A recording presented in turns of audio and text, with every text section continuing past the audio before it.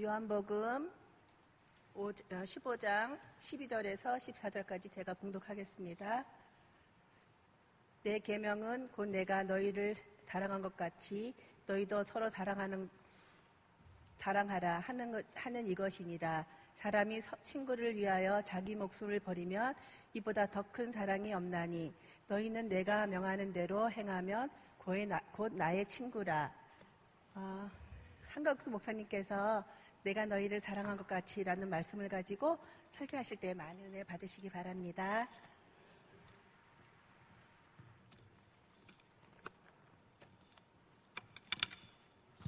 할렐루야. 오늘 특송해 주신, 찬양해 주신 주니 오케스트라는 설 때마다 실력이 달라지는 것 같아요. 점점 좋아지는 우리 주니 오케스트라를 위해서도 많이 기도해 주시기 바랍니다. 자, 세계에서 가장 열심히 사는 사람들이 바로 우리나라 사람들이라고 합니다.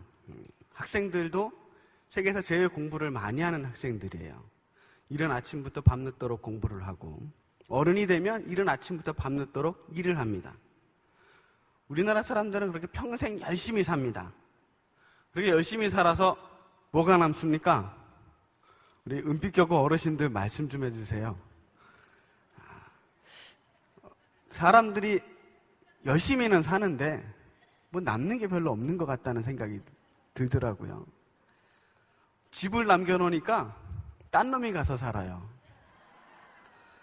돈을 남기니까 자손들이 가지고서 서로 가지겠다고 싸움을 합니다. 명예를 남긴 줄 알았더니 남겨진 사람들이 딴 얘기를 하네요. 굉장히 훌륭한 명성을 잔뜩 쌓아놓은 줄 알았더니 조금 지나니까 사람들이 잊어버립니다. 분명히 열심히 살기는 살았는데 남겨놓은 것이 없을 때 사람들이 허무함을 느끼게 되는 것 같습니다. 난 그동안 뭐하고 살았나 하는 생각을 하게 됩니다. 설교 중간에 죄송한데 저 상층 좀 켜주세요. 불 좀. 너무 어두워요.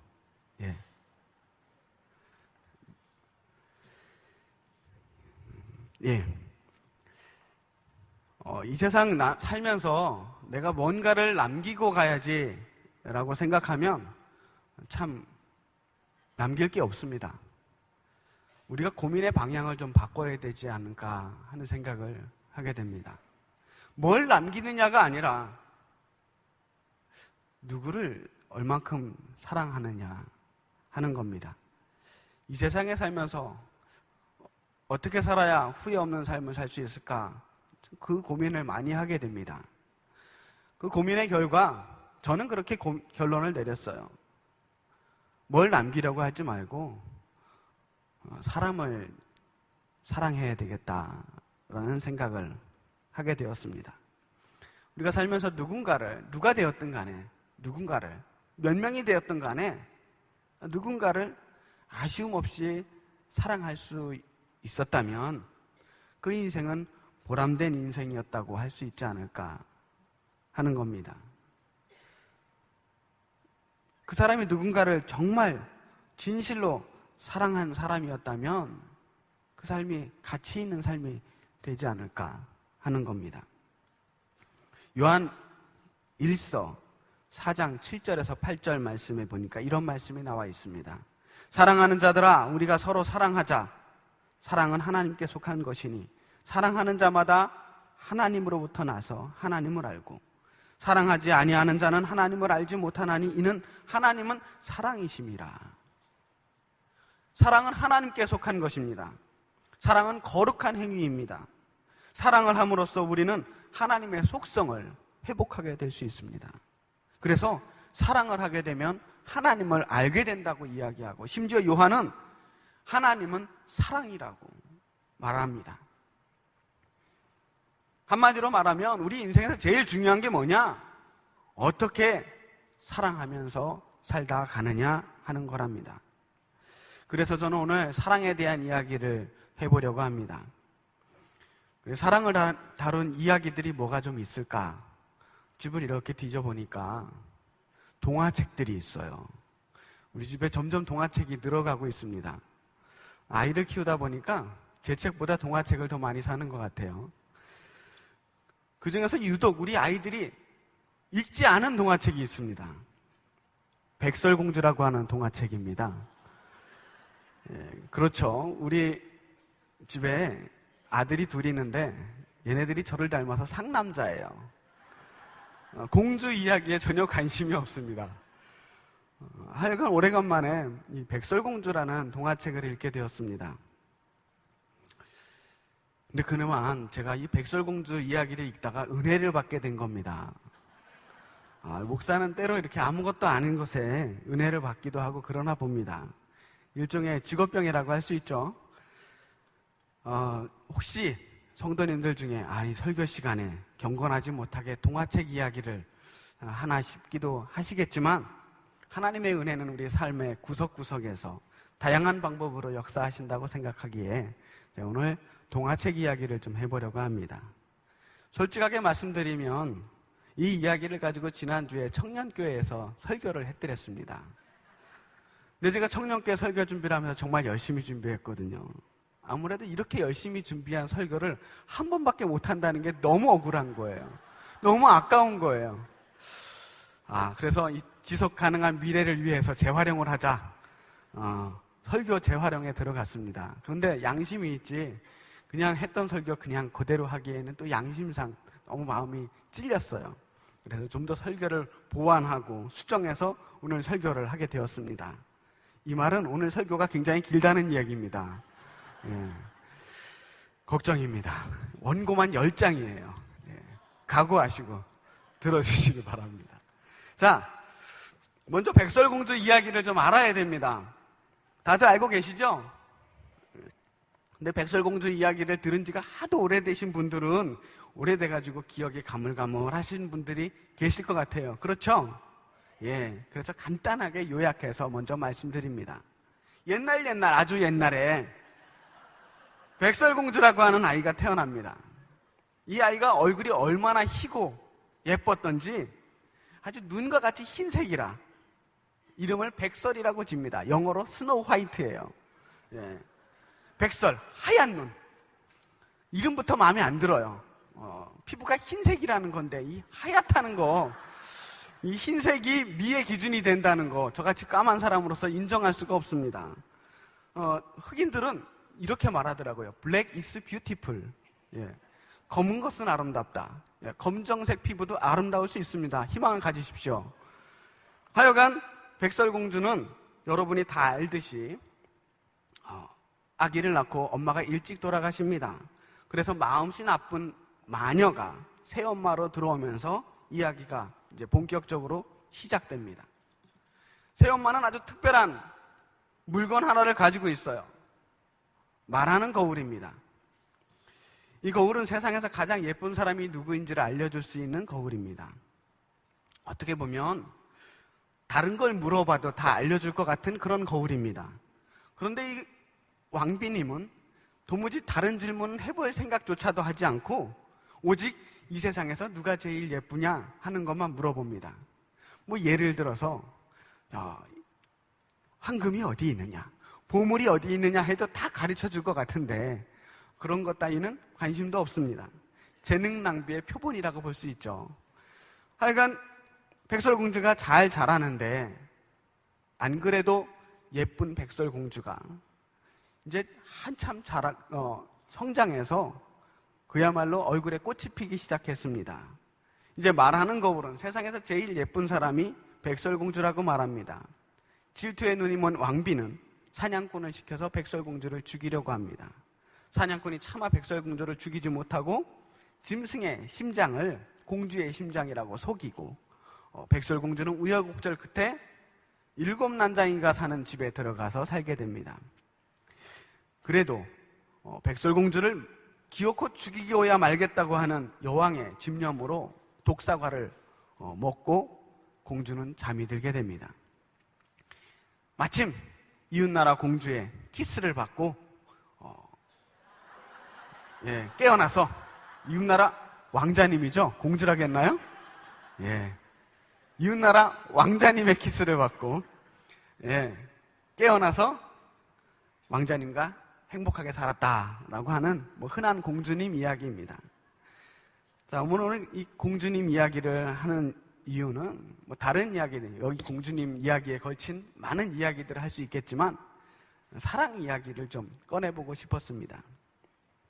백설공주에 등장하는 이 많은 사람들 가운데서 누가 진정한 사랑을 하는 사람인가 하는 겁니다. 그리고 그 등장인물들을 일단 한 명씩 좀 살펴보려고 합니다. 백설공주에 제법 많은 등장인물이 나옵니다. 먼저 왕비죠.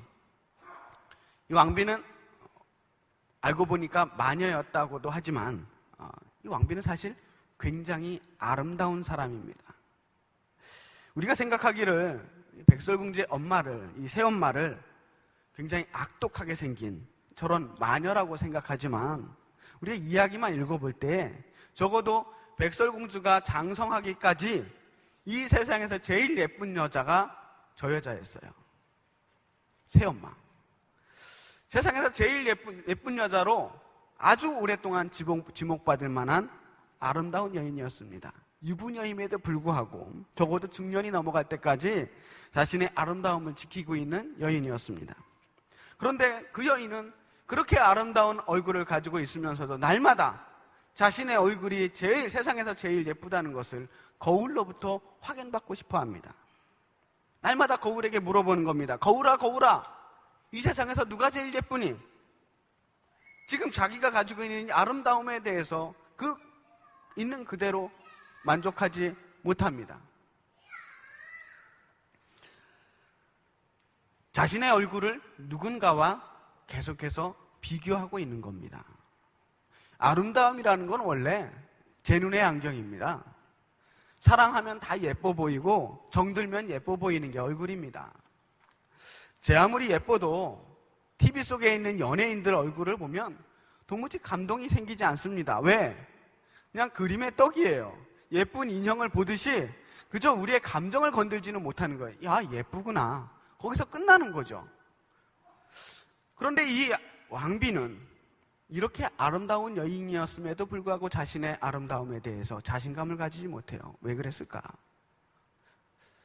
혹시 이 왕비는 지금 왕의 사랑을 받고 있지 못하는 것은 아닐까 하는 생각을 했어요.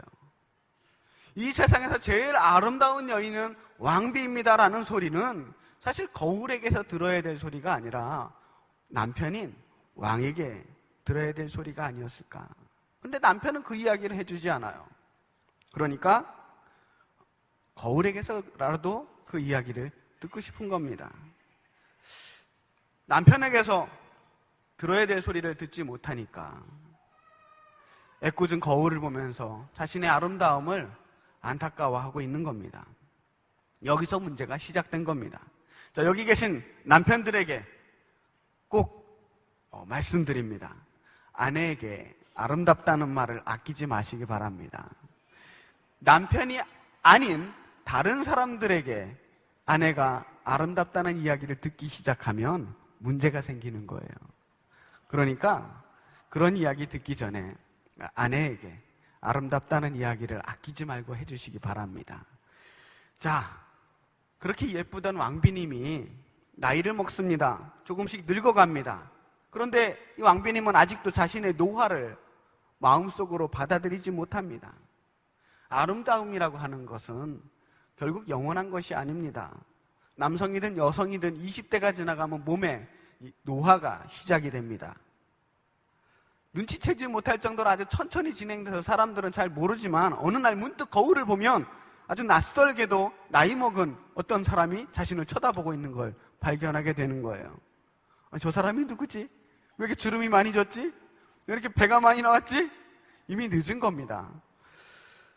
여성들이 아무리 뭔가 바르고 화장을 하고 분장을 하고 변장을 하더라도 자신의 노화를 막을 수는 없습니다. 결국은 나이를 먹고 60대, 70대가 넘어가면 남성이든 여성이든 모든 미모는 하향 평준화되게 돼 있어요. 다 비슷하게 됩니다. 젊었을 때 아무리 예뻤던 사람도 아무리 못생겼던 사람도 그냥 할머니, 할아버지가 되는 겁니다. 그런데 그 사실을 왕비는 받아들이지 못합니다. 이제 막 피어나는 꽃과 같은 그 백설공주와 늙어가는 자신의 미모를 비교하기 시작하면서 그 속에서 시기심, 질투심이 생깁니다. 비교하면 질투하게 되어 있습니다. 그 마음이 점점 더 커져서 마침내 백설공주를 죽일 만큼 미워합니다. 비록 자신과 피 한 방울 섞이지 않았지만 그래도 딸인데 말이죠. 왕의 사랑을 받지 못한 이 여왕, 왕비. 그런데 자신보다 더 아름다운 백설공주는 지금 왕의 사랑을 듬뿍 받고 있습니다. 게다가 이 백설공주가 이웃나라 왕자님을 만나게 되는데 이 젊은 왕자와 만나서 사랑에 빠져서 행복해하고 있는 꼴을 보니까 더욱더 질투심이 불타오릅니다. 하는 짓마다 마음에 안 드는 거예요. 자, 이 여왕은 누구를 사랑하고 있습니까? 여왕은 아무도 사랑하지 않고 오직 자기 자신만 사랑하고 있습니다. 자기 자신을 사랑하는 방식조차도 제대로 사랑하는 것이 아니라 자신의 겉껍데기, 자신의 아름다운 모습만 사랑하고 있습니다. 그리고 그 아름다움이 지금 사그러져 가자 그 모습마저 자기가 받아들이지 못하고 있습니다. 왕비는 결국 자신을 파멸시키는 길로 가게 되는 겁니다. 다음 등장인물은 거울입니다. 거울 보여주세요. 자, 이 왕비의 소유물인 거울이 등장인물 안에 들어가야 될지 말아야 될지 갈등을 좀 했습니다만 아무래도 말도 하고 인격체를 갖춘 존재라서 넣기로 했습니다. 사실 이 거울이 문제예요. 거울이 모든 문제의 화근입니다. 분명 거울은 좀 억울할 수도 있겠습니다. 거울은 사실을 이야기한 죄밖에 없습니다. 제일 예쁜 사람이 누구냐고 했을 때 사실대로 이야기한 거죠. 하지만 거울이 조금만 더 현명하게 대답했더라면 어땠을까요? 예를 들면 유부녀 중에서는 당신이 제일 예쁘고요, 미혼 여성 중에서는 백설공주가 제일 예쁩니다, 이렇게 얘기할 수도 있었겠죠. 조금 더 현명하게 누가 제일 예쁜이라는 질문에 아름답다고 하는 건 말이죠, 절대적인 기준이 있는 게 아닙니다. 제 기준에는 왕비님이 제일 예쁠 수도 있지만 또 다른 기준으로 보면 또 다른 사람들이 예쁠 수도 있는 것 아닙니까? 다 제 눈의 안경인데 그걸 어떻게 평가할 수 있겠습니까? 라고 이야기할 수도 있었을 겁니다. 그런데 거울이 말은 할 줄 알았지만 그 정도로 똑똑하지는 못했던 것 같습니다. 인간관계를 맺다 보면 제일 얄미운 사람은 나에게 욕을 하는 사람이 아닙니다. 누가 나에게 욕을 했는지 전해주는 사람이 제일 얄미운 사람입니다. 이 거울은 다리도 없고 팔도 없고 벽에 붙어서 오직 말만 합니다. 행동을 하지 않고 말만 하는 존재입니다. 아무것도 하지 않은 채 옆에서 팔짱 끼고 오직 벽에 붙어서 말만 합니다. 그렇게 말만 하는 존재가 원래 제일 위험한 존재입니다. 아무런 해결책도 가져다 두지 못한 채 그저 현재의 사실, 주변에서 일어나는 일에 대해서만 이야기합니다. 누가 너 싫대, 누가 너 못생겼대, 누가 너 성질 더럽대, 누구는 어떻고 누구는 어떻대, 누구랑은 지금 어떻대, 어쩌라는 것인지 모릅니다. 그냥 그런 주변에 일어나는 사건에 대해서 끊임없이 이야기합니다. 마치 그것이 그런 이야기를 해주는 게 무슨 자신의 사명인 것처럼 열심히 이야기합니다. 언론가적인 사명을 가지고 있는 사람들이 있어요. 열심히 사실을 전하기에 급급하지만 그 사실이라고 하는 것조차도 때로는 여러 가지 입장으로 왜곡되고 과장될 때가 많이 있습니다. 이런 사람들이 바로 우리 주변에서 분란을 일으키는 사람들입니다. 잠언 16장 28절에 보면 이런 말씀이 나옵니다. 패역한 자는 다툼을 일으키고 말쟁이는 친한 벗을 이간하느니라. 말쟁이는 이간질을 하는 거예요. 다툼을 일으키고 이간질을 하는 그러한 사람, 바로 거울 같은 사람입니다. 적어도 우리가 거울 같은 사람은 되지 말아야겠습니다. 그렇다면 백설공주는 어떻습니까? 자, 백설공주 보여주세요. 백설공주. 일단 백설공주는 예쁩니다. 끝입니다. 백설공주는 예쁜 것 외에 별다른 게 없습니다. 백설공주가 노래를 부르다가 지나가는 왕자님과 만납니다. 눈이 마주칩니다. 눈이 마주치자마자 사랑에 빠집니다. 세상에, 눈이 마주치자마자 사랑에 빠질 수가 있습니까? 이게 말이 됩니까? 눈이 마주치자마자 사랑에 빠졌다는 것은 상대방의 겉모습만을 보고 있다는 겁니다. 백설공주는 자신이 예쁘다는 것을 너무나도 잘 아는 사람입니다. 그리고 자신의 미모를 소중하게 생각한 만큼 상대방에 대해서도 외모를 보고 겉으로 드러나는 것을 보고 평가하는 사람입니다. 상대가 누굽니까? 왕자예요. 집안이 괜찮습니다. 잘생겼습니다. 백마를 타고 왔어요. 그 정도면 된 겁니다. 이 두 사이에 어떠한 밀당도 없습니다. 그냥 그 정도면 서로 그래, 괜찮아, 사랑에 빠질 수가 있습니다. 감정이랄 것도 없어요. 가장 저급한 수준의 사랑입니다. 그런데 이것이 현대인들이 가장 꿈꾸는 사랑입니다. 백설공주처럼 태어날 때부터 예쁘게 태어나고, 태어날 때부터 공주, 금수저를 물고 태어나고, 게다가 백마탄 왕자님을 만나고 싶어 하죠. 하지만 결코 이런 일들은 일상적인 일들이 아닙니다.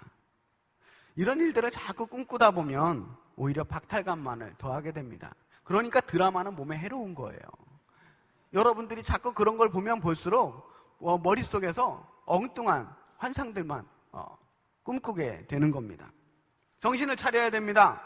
적어도 백마 탄 왕자는 우리 주변에 없어요. 그리고 여러분도 백설공주가 아닙니다. 착각을 하면 안 돼요. 다음은 왕자입니다. 금수저를 대표하는 사람입니다. 태어나고 보니까 왕의 아들로 태어났습니다. 게다가 잘생겼어요. 왕자와 공주는 보고 첫눈에 반했습니다. 왕자는 왜 공주를 보고 반했을까요? 공주의 아름다운 마음씨 때문이었을까요? 아닙니다. 공주의 아름다운 마음씨를 볼 겨를이 없었어요. 그냥 공주가 예뻤기 때문입니다. 10대 여성들의 이상형은 연예인같이 잘생긴 남자, 20대에는 키 큰 남자, 30대에는 경제력이 있고 능력 있는 남자, 40대에는 힘 좋은 남자, 50대에는 자상한 남자라고 합니다. 남자들은 10대에 이쁜 여자, 20대 이쁜 여자, 30대에 이쁜 여자, 40대에 이쁜 여자, 50대에 젊고 이쁜 여자. 그렇죠. 예쁘기 때문에 사랑에 빠졌습니다. 왕자에게 있어서 사랑이란 뭔가? 보고 가슴이 뛰면 사랑입니다. 상대방을 보고 내 마음이 두근거리고 가슴이 뛰는 사람이라면 그 사랑에 대해서, 그 상대방에 대해서 내가 사랑에 빠졌다고 생각합니다. 이 사랑이라는 감정은 때로 굉장히 동물적일 때가 있죠. 우리 아이 안에 밧세바에 대한 다윗의 마음이 아마 그러했을 거라고 생각합니다. 이복 누이 동생 다마를 사랑했던 암논은 그 가슴이 떨리는 사랑이 식어지자 오히려 다마를 욕되게 하고 있습니다. 가슴이 뛰고 설레이는 감정은 시간이 지나면 사라지게 마련입니다. 단순히 설레이는 감정만이 사랑이 아닙니다. 설레이는 감정이 사랑의 시작점은 될 수 있을지 모르겠지만 사실 사랑은 인간관계를 통해서, 아주 오랜 인간관계를 통해서 얻어지는 서로 간의 무한한 신뢰이고 또 양보와 배려이고 서로를 이해하는 감정이 아니겠습니까? 왕자의 사랑은 그런 면에서 굉장히 불완전한 사랑입니다. 왕자의 키스로 기적적으로 공주가 깨어납니다. 둘은 결혼을 하고 행복하게 잘 살았습니다. 다행입니다. 동화는 이렇게 끝이 나지만 사실 결코 끝이 아닙니다. 이 둘 사이의 관계는 이제부터 시작된 겁니다. 늙어 죽을 때까지 모르긴 몰라도 이 둘 사이에 수많은 부부싸움이 있었을 겁니다. 동화책은 이야기하지 않지만 결혼은 현실이기 때문입니다. 그래서 결혼은 사랑의 종착역이 아니라 새로운 시작이라고들 이야기합니다. 그렇다면 이 동화책에서 진정한 사랑을 어디에서 찾을 수 있을까요? 혹시 일곱 난장이가 아닐까요? 자, 일곱 난장이는 숲속에서 다이아몬드 캐는 일을 하고 있습니다. 다이아몬드 캐는 일을 하고 있는데 이들은 부자가 아닙니다. 집에 다이아몬드가 한 개도 없어요. 그렇죠. 이 난장이들은 그냥 하루 벌어서 하루 먹는 평범한 광산 노동자에 불과합니다. 요즘 말로 흙수저입니다. 돈도 없고 게다가 키도 작아요. 일곱 난장의 그 아담하고 평화로운 집에 어느 날 문득 백설공주가 찾아옵니다. 백설공주가 집에 오는 바람에 가뜩이나 좁은 집은 더욱 비좁아졌습니다만 괜찮습니다. 예쁘니까요. 게다가 백설공주는 집 청소도 하고 맛있는 밥도 해놓았습니다. 윈윈이죠. 백설공주는 은신처를 얻게 되었고 일곱 난장이는 집에서 집안일을 해줄 사람을 얻게 되었습니다. 때로 이런 윈윈의 관계를 위해서 남녀가 만나기도 하고 서로 사람들이 만나기도 합니다. 서로에게 원하는 것을 충족시켜주는 관계입니다. 요즘 젊은 사람들이 가장 선호하는 관계일 수도 있습니다. 좋은 게 좋은 거죠. 서로에게 필요한 것을 채워주는 관계. 그리고 그런 관계가 채워지지 않는다면 오케이, 너랑은 안녕, 끝이야. 쿨하기가 이를 데가 없어요. 하지만 이건 사랑은 아니죠. 서로의 존재를 가지고 서로의 조건들을 가지고 거래하는 겁니다. 이렇게 사는 사람들도 물론 많이 있습니다. 남편은 돈 벌어다 주는 사람, 아내는 집안일하는 사람, 이렇게 자기의 역할들을 그냥 감당하기만 하면 오케이, 그냥 같이 살만 하겠어. 적당히 자기 역할을 하는 것으로 관계가 유지되는 겁니다. 하지만 사랑은 여기서 조금 더 나가야 되는 게 아닐까요? 우리가 이 진정한 사랑의 모습을 찾으면서 백설공주 이야기를 하다가 그만 한 사람을 잊어버렸습니다. 누굴 잃어버렸을까요? 누구요? 사냥꾼입니다. 네. 백설공주를 아무도 몰래 죽이고 심장을 가져오라고 하는 이 왕비의 명령을 받은 사람입니다. 사냥꾼이 백설공주를 데리고 숲속으로 가죠. 근데 차마 백설공주를 죽이지 못합니다. 공주님, 왕비님이 찾을 수 없는 깊은 숲속으로 도망가세요. 그리고 사냥꾼은 백설공주의 심장 대신 동물의 심장을 바칩니다. 금방 탄로날 거짓말입니다. 사냥꾼이 뭐 하는 사람입니까? 지금 죽이지 않으면 죽을 사람입니다. 현대사회는 살아남으려면 경쟁에서 무조건 이겨야 한다고 가르치고 있습니다. 남들을 밟고 일어서야 한다고 말합니다. 오직 승자는 한 명이라고 이야기합니다. 사냥꾼은 지금 죽이지 않으면 자신이 죽게 되어 있습니다. 사냥꾼의 이러한 행동은 목숨을 건 행동입니다. 왕비에게 곧 발각될 텐데 왕비에게 붙잡히면 죽을 수밖에 없습니다. 그러나 사냥꾼은 공주를 위해서 자신의 목숨을 아끼지 않습니다. 이게 사랑입니다. 저는 오늘 이 사냥꾼의 행동에서 진정한 사랑을 발견하게 되었습니다. 오늘 제가 읽은 본문 말씀은 내 계명은 곧 내가 너희를 사랑한 것 같이 너희도 서로 사랑하라 하는 이것이니라. 사람이 친구를 위하여 자기 목숨을 버리면 이보다 더 큰 사랑이 없나니 너희는 내가 명령한 대로 행하면 곧 나의 친구라. 이렇습니다. 친구를 위하여 자기의 목숨을 버리면 이보다 더 큰 사랑이 없다고 했습니다. 진정한 사랑은 희생하는 겁니다. 무언가를 무릅쓰는 겁니다. 대신 감당하는 겁니다. 예수님께서는 우리를 사랑하심으로 우리 대신 죽으셨습니다. 우리를 위해서 그분의 살이 찢기시고 우리를 위해서 피를 흘리셨습니다. 사랑은 사랑하는 사람을 위해서 손해보는 겁니다. 여러분은 여러분의 사랑을 어떻게 나타내고 실천하고 계십니까? 우리 교회 청년들이 한 번도 본 적이 없는 필리핀에 있는 형제들을 위해서 자신의 물질과 시간과 노력을 무릅쓰고 그 더운 나라로 오늘 떠납니다.